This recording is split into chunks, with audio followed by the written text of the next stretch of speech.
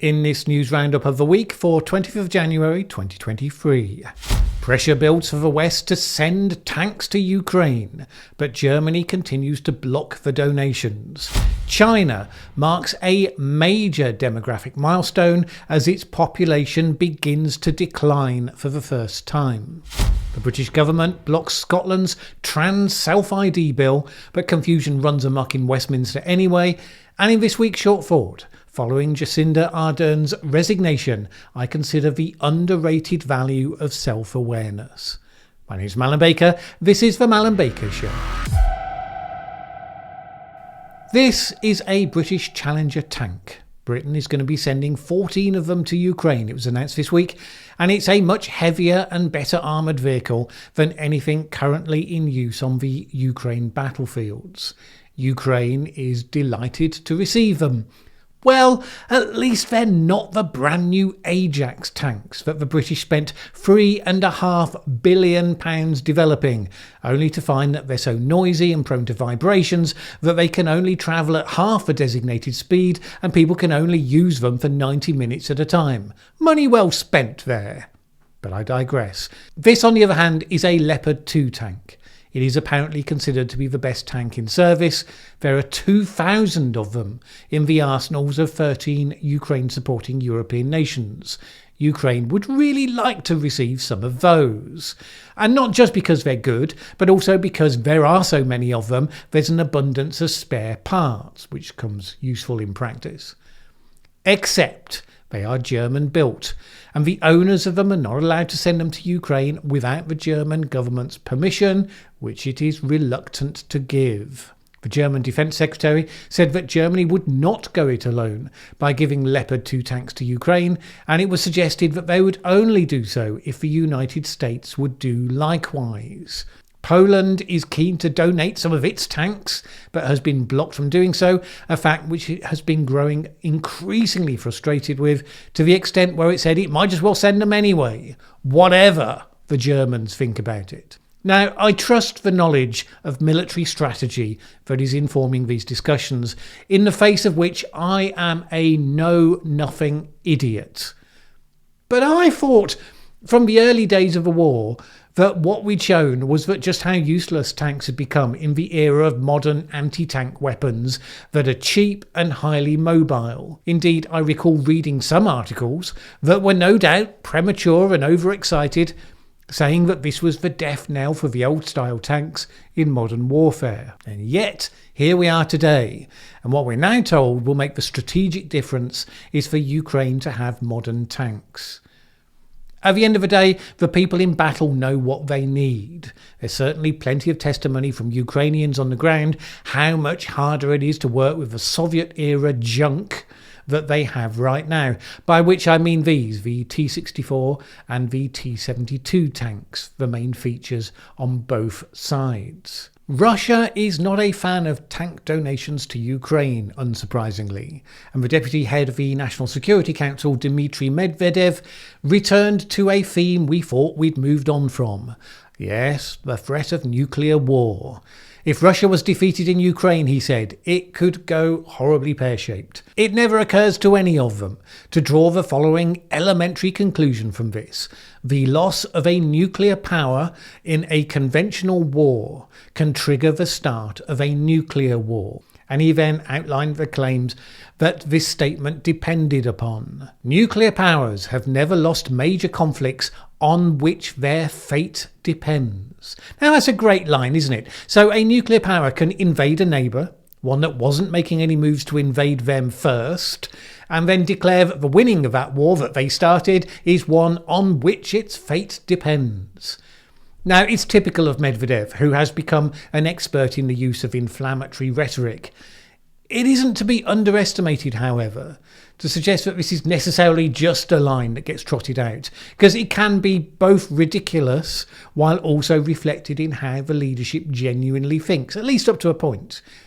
So this week, photos on social media showed that Russia seems to have deployed anti-aircraft missile systems on top of certain defence and government buildings in Moscow, prompted by apparent fears that Kyiv may be seeking to strike directly at the people responsible for war in their own country. The question then would be, at what point would such a strike, which Ukraine's allies have strongly discouraged, by the way, would it cross the line into being considered as threatening, quote, the very existence of the state?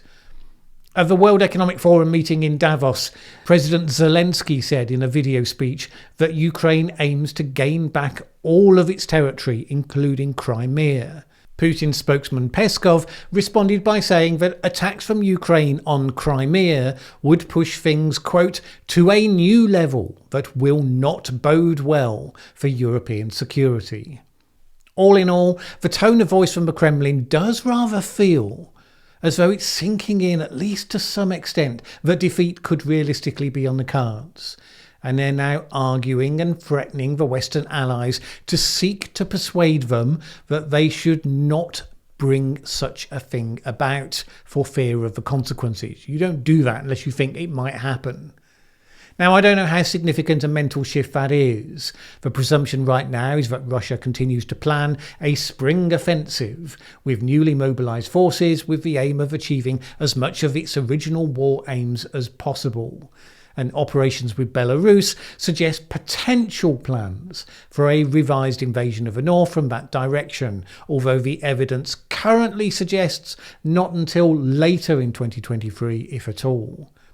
Nothing can be taken for granted. Probably no single statement should have too much meaning layered onto them. Meanwhile, elsewhere, some people at least are approaching the coming weekend with their hearts full of hope for new beginnings. And that's because the Chinese New Year hits on Sunday this weekend as the country continues to feel the impact of the massive COVID wave that has spread across it. People are looking forward to the end of that. But the more significant news this week was that its population has begun to shrink. The demographic time bomb that had long been feared by Beijing. The official headcount is just over 1.4 billion people, the largest single population of any country in the world for now. India is right on the verge of overtaking them. Last year, it shrank by 850,000, and it simply comes down to the fact that fewer people are having babies. And it's a complete turnaround since 1979, when worries about the potential impact of overpopulation led the government to introduce its draconian one-child policy. That policy arguably set the stage for the current situation. 2 generations of children were brought up without siblings. Those younger people now do not have founding members of extended families to seek to emulate. And one of the unintended consequences of the policy was that parents lavished all of their money and their attention on their sole offspring, raising the standard for how much it costs to have a child. As tougher economic times have hit, thanks in part to the recent episode with COVID lockdowns, couples are coming to the conclusion they simply can't afford to have children, full stop. And this, all in spite of the fact the government turned a full 180 degrees on its policy and is now desperately trying to encourage its people to have more children. Quite simply, Xi Jinping and his government know that their dream of overtaking the United States as the preeminent superpower will be made significantly harder if it's made up of a shrinking, ageing population rather than a growing, youthful one. The larger numbers of older people will demand more resources for their support. With fewer young workers to create the wealth to do that, how on earth will it be successful? This is a challenge that many of us face on relatively close timescales. So China has been preceded in its shrinking status by Japan, Italy, Portugal, Poland, Romania and Greece. Forecasts soon to join them are Russia, Germany, South Korea and Spain. France is a little further behind, but some of the protests it's currently seeing are a little foretaste of what's to come. So President Macron, who you have to credit with some political courage on this, has decided that the cost of growing numbers of retirees has to be tackled. Logically, with smaller numbers of working age people and larger numbers of healthy older people, and with the major impact that has on the country finances, the logic takes you that you have to raise the pension age. So he's introduced a bill to go through Parliament to do just that, to raise the age from 62 to 64. Some of you might be thinking that still sounds pretty low compared to your country. Indeed, in the UK right now, it's 66, due to rise to 67 in a couple of years, where I'm not anticipating riots in the streets. But of course, people get used to what they've got. And they're not much interested in making comparisons elsewhere unless the contrast bolsters their case. So there has been reportedly up to 1 million people protesting in the last couple of days. 68% of the population tell pollsters that they're against the change, and we have to see whether Macron will be able to do the unpopular but logically necessary long-term thing, or whether short-termism will eventually force him to kick the can down the road again, as did all of his predecessors. Now, what should we make of all this? Some groups, such as the charity Population Matters, have said that stabilising populations should be celebrated because we have no chance of living within the planetary limits that must someday kick in unless human numbers stabilise. On the other side, you have figures like Elon Musk making the case that the prosperity created by new, working-age people helps to push those limits back through innovation and the like, and is essential to quality of life. You have to wonder about that. On the one hand, we hear lots of stories about how artificial intelligence and automation, how it's going to throw lots of people out of their jobs. Well, doesn't that come in at just the best time to do some of the work we no longer have the young workers to do? I mean, at the very least, it would be good to know which problem we have. Do we have automation threatening to throw people out of work? Or do we have too few young people, meaning that we have a worker shortage? The real point is that when people looked at the past to predict the future economy, the future world order, any of it, they are fooling themselves and you, because what comes next is not going to be the same as what came before. We will be seeing if you can create a healthy, thriving and yes, sustainable economy with a shrinking, ageing population. It's never been done before. So it's hard to believe that the economic models have fully been able to factor in what that will mean for how people, governments and businesses respond. Maybe that China becomes an early indicator of how some of it's going to play out. But it doesn't change the world story just yet. The United Nations calculates that thanks to larger growth rates, mostly in Africa, the world population will continue to grow to reach 8.5 billion by 2030, and if those nations follow the same development path as others, to peak at 10.4 billion by 2086. There's rather a lot of variables in those calculations, so I wouldn't take those numbers as being particularly hard ones, despite the illusion of precision. Now, there was a new battle to be joined between the UK Parliament and Scotland this week, as Westminster used its powers to veto the recent trans self-ID bill that was passed with some controversy a few weeks ago. The Scottish bill enabled people to gain a gender recognition certificate purely from their own self-identification without the need for a doctor's diagnosis of gender dysphoria, and with a shorter period of time to have been spent living as their chosen gender. Scottish First Minister Nicola Sturgeon fumed and played the usual line for such circumstances about the denial of Scottish democracy. A line that has a little less power in this case, because by all evidence the Scottish people broadly do not support this bill, even though the majority of parliamentarians did. She said that she would aim to take the matter to court and claimed to be very, very confident of victory.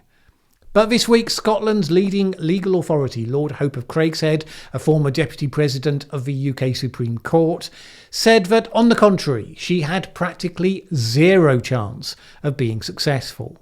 The UK's veto uses powers that are available, but never previously used in the Scottish Act, which is what created Holyrood in the first place.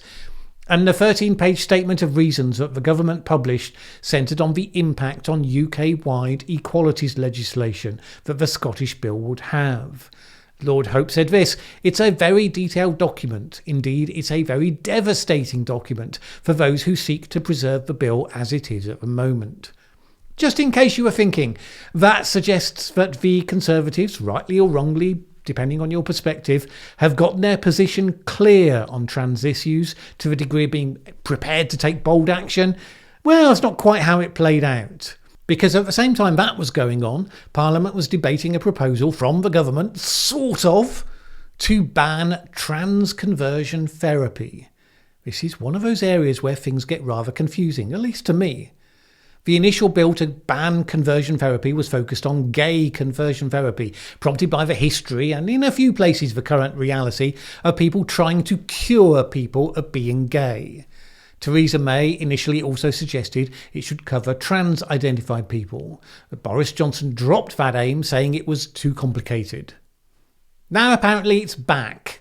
And I said it was sort of being put forward by the government because it's not clear how settled the government actually managed to get on the details of what's being put forward, with the minister theoretically in charge of the measure, Kemi Badenoch, sounding concerns. As far as I can see, this opens right the exact same divide that the Scottish bill was attacked for. So only a few years ago, it was very clear trans people were suffering from a mental illness called gender dysphoria. In those relatively recent days, it was open to treatment, which could, probably with a minority of cases, end up with a recommendation to actually transition to the gender concerned. And there were battles from campaigners to get more easy recognition that people were genuinely suffering from gender dysphoria and should be treated accordingly. Since then, it's moved rather quickly, inch by inch, to the situation where in the US and for a while in the UK, a standard of presumption of transition, of affirmative care, became the new orthodoxy. And the Scottish bill de facto took the need for a diagnosis of gender dysphoria out of the picture at all, which effectively completes the journey. What started as a mental illness to be treated becomes a healthy expression of identity only to be celebrated. A switch made at, you might say, breathtaking speed. But wait, what then actually is conversion therapy in this context?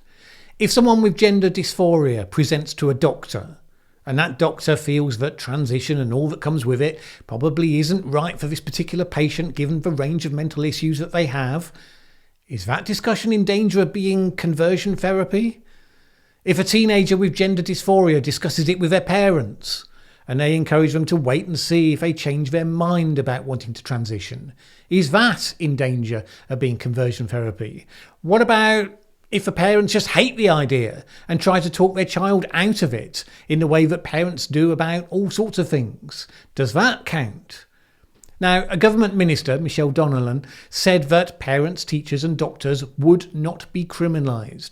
But that just underlines the confusion, because why was such a clarification necessary based on what's written in the bill? Can we have an example of where conversion therapy has been carried out that would fall foul of this proposed legislation to outlaw it? Because I literally have no idea what problem it's trying to solve. Nor do I know who, apart from the most vocal activists, is demanding the protection of this legislation. Now, the activist group Stonewall seems to make a definition that is wide-ranging. If you just leave in the trans bits to what they said, it says this: conversion therapy refers to any form of treatment or psychotherapy which aims to suppress a person's gender identity. It is based on an assumption that trans is a mental illness that can be cured. So clearly the end point of the transition from mental illness a very short time ago to suggesting you're a bigot if you label it as a mental illness any time in the future. And yet, according to Nick Mann GP, writing in the British Medical Journal, around 80% of identity-confused adolescents go on to resolve into their pre-existing gender. And he said this: in this philosophical setting, any therapeutic exploration or challenge to ideas of existential self-identification can be seen as conversion therapy. Whilst advocates of the ban dismiss this as hypothetical, the experiences of therapists in the USA suggest otherwise. And it's not as though our society is capable, apparently, of having a rational discussion about it. So in Parliament this week, there was a debate on the issue, and this is what one woman had to say about the potential for easier self-ID laws to open the door to predatory males who would use it to access vulnerable women. The bill does not create sufficient safeguards.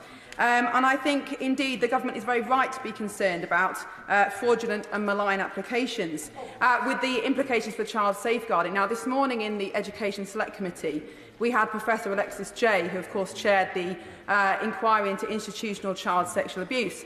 And it was harrowing to hear the stories of decades of child sexual abuse throughout institutions across this country. And there's one key feature of that abuse, which is that predators will exploit any loophole they can find to get access to children. And that is, I'm afraid, what will happen with this bill. Given that such things have happened in real life, with male prisoners being sent to women's prisons where they've then attacked female inmates, it's a fair point. I mean, there may be good answers to that point. We're still talking a very minority instance. But mostly instead, we simply insist that to make the point at all is to tar all trans people with the brush of being predators. So that speech provoked this contribution. Goodness me, that speech was probably one of the worst transphobic dog whistle speeches that I've heard in an awful long time. The idea of linking trans people with predators, frankly, is disgusting, and you should be ashamed. Right there, that is why we can't have nice things. The inability to discuss a topic like this with nuance and thoughtfulness, just stand on the edge of your trench and lob grenades at each other. Now, at times the UK has shown signs of being able to bring maturity to the discussion that the US has so far failed to do. The closing of the Tavistock Clinic, for instance, where multiple failings were identified with the abandonment of clinical standards that would apply to any other condition. And the pushback against the Scottish Bill seemed to be another such step. But it seems as though everyone remains in a whirl. And presumably, should Labour win the next election, it's going to get worse, not better, because they are completely divided in this area. We recently saw Keir Starmer stating that 16 is too young an age to be making life-changing transition decisions, but then another of his MPs, Lisa Nandy, said that, on the contrary, 13-year-olds should be taken seriously if they want to change their gender. One shadow cabinet member admitted to the Daily Telegraph that it is difficult for Labour to agree a policy in this area. Well, since Labour's currently on track to become the next government, expect this issue to get more fraught, not less. So this week, New Zealand's Jacinda Ardern announced her intention to stand down, saying that she had nothing left in the tank. I am not close enough to New Zealand politics to have a strong view either way on Ardern, although I know a number of my regular viewers will have pretty robust opinions on the topic. And you can argue, as some have done, and I would tend to agree, that if you're going to go for the highest office in the land, you should have built a high degree of resilience fit for the task. You can have all of those discussions, but I will credit her with a vanishingly rare sense of self-awareness. Most of us will be hard-pressed to name another political figure who elected to stand down, recognising they were no longer the person for the moment, certainly in a tiny minority. Generally, success in politics almost selects negatively for any sort of self-awareness. On the contrary, self-delusion seems to help more than anything to climb the greasy pole.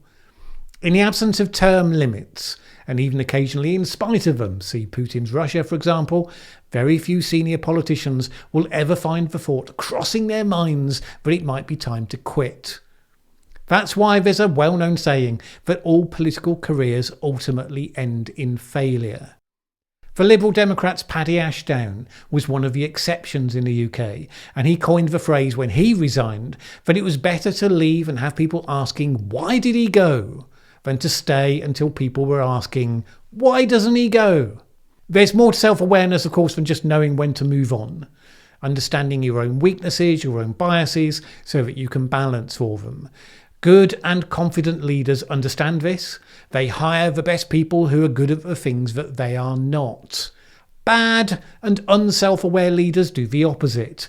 They hire people who are less good than themselves, so they never feel threatened. So the operation can only ever be as strong as they are individually. Perhaps you might argue if Ardern had had even more self-awareness, she would have been able to organise her working arrangements sufficient not to burn out in the first place. And there may be some truth in that.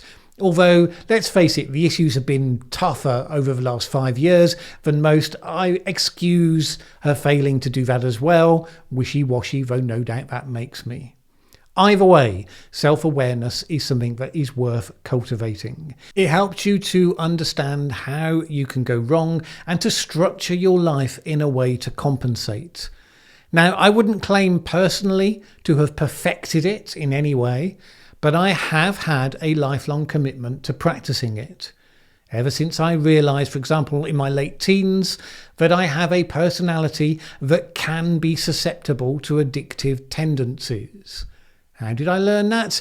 I got briefly addicted as a teenager to gambling with fruit machines of all things. Now, I quickly stopped that, deciding that I simply had to have a rule of never going anywhere near them, a rule that I have kept to this day. But more than that, I realised that meant I had to be vigilant about all the forms of addiction that can potentially capture you. I simply avoid most of them, and I've developed strategies to manage those that I don't want to avoid. As a result, I have never been addicted to anything since. Nobody would assume that I ever could have such a problem, people who know me.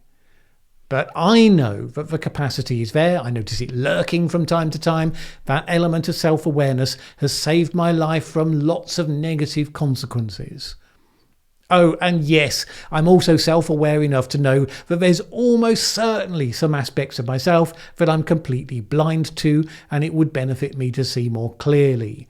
These things are always a work in progress, like most things in life. So, how about you? All right. My thanks as always to the people who support this channel on Patreon. As you know, I could not do what I do without that support. If you would like to add yours for the independent, fact-focused and non-ideological content that I aim to produce here, please head on over to patreon.com/Mallen Baker. It is always appreciated. Either way, have a great week. My name is Mallen Baker. This is the Mallen Baker Show. Thanks for watching this video. If you liked it, please share with anyone else you think would also enjoy it. Word of mouth is really important to us. And if you've not subscribed yet, what are you waiting for? As the saying goes, that subscribe button won't smash itself.